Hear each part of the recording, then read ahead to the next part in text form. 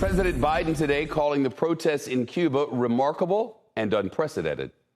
The United States stands firmly with the people of Cuba as they assert their universal rights, and we call on the government of Cuba to refrain from violence or attempts to silence the voice of the people of Cuba. But in a news conference, the Cuban president blamed America for the country's suffering, saying the U.S. trade embargo is suffocating their economy. In a rare show of public defiance, thousands of Cubans flooded the streets yesterday, demanding an end to a decades-long dictatorship and protesting the lack of food and COVID vaccines.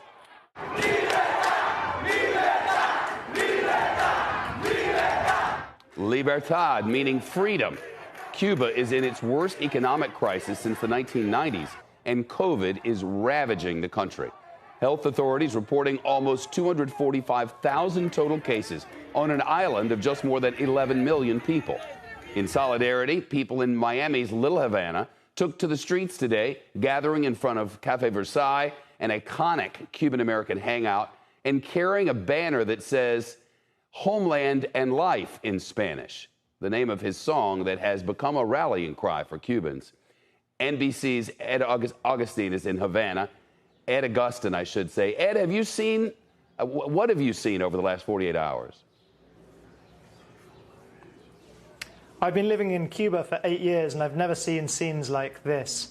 Yesterday in Havana, I saw thousands of people protesting the government, chanting things like "Down with communism," "Freedom," and "Patria y vida," homeland and freedom.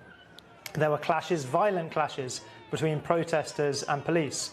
I saw protesters throwing paving slabs and bottles at police, smashing windows, overturning police cars. In turn, I saw police using pepper spray and batons to beat back and repress protesters. Later on in the day, people supporting the government came out, thousands of them. Together with the police and the army, which at that point be deployed, they managed to quell the protests and, from their point of view, reclaim the streets. An extraordinary day yesterday that I'll never forget. And today's yet another one, and it couldn't be more different. The internet here has been cut. There's a very tense calm that has descended over the capital. The police are out in force, and there have been state-organized shows of force. So policemen and teachers and other people employed by the state, very difficult to know whether they want to be there or not, turning up in their thousands, supporting the government at very clearly state-organized demonstrations. We've seen demonstrations before, nothing this big, certainly in decades. But usually the day after, there is a huge lockdown. What are we expecting tomorrow? I think it's very difficult to tell. I'm talking to you from a country where the internet has been cut for most people. Things are very fluid at the moment. What we know is there were huge protests yesterday. At least in Havana, there haven't been reports of major protests today.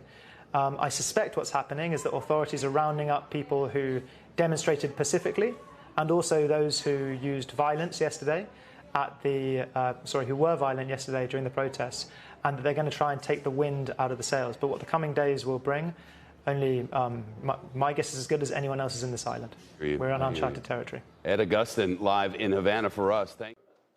Shepard Smith here. Thanks for watching CNBC on YouTube.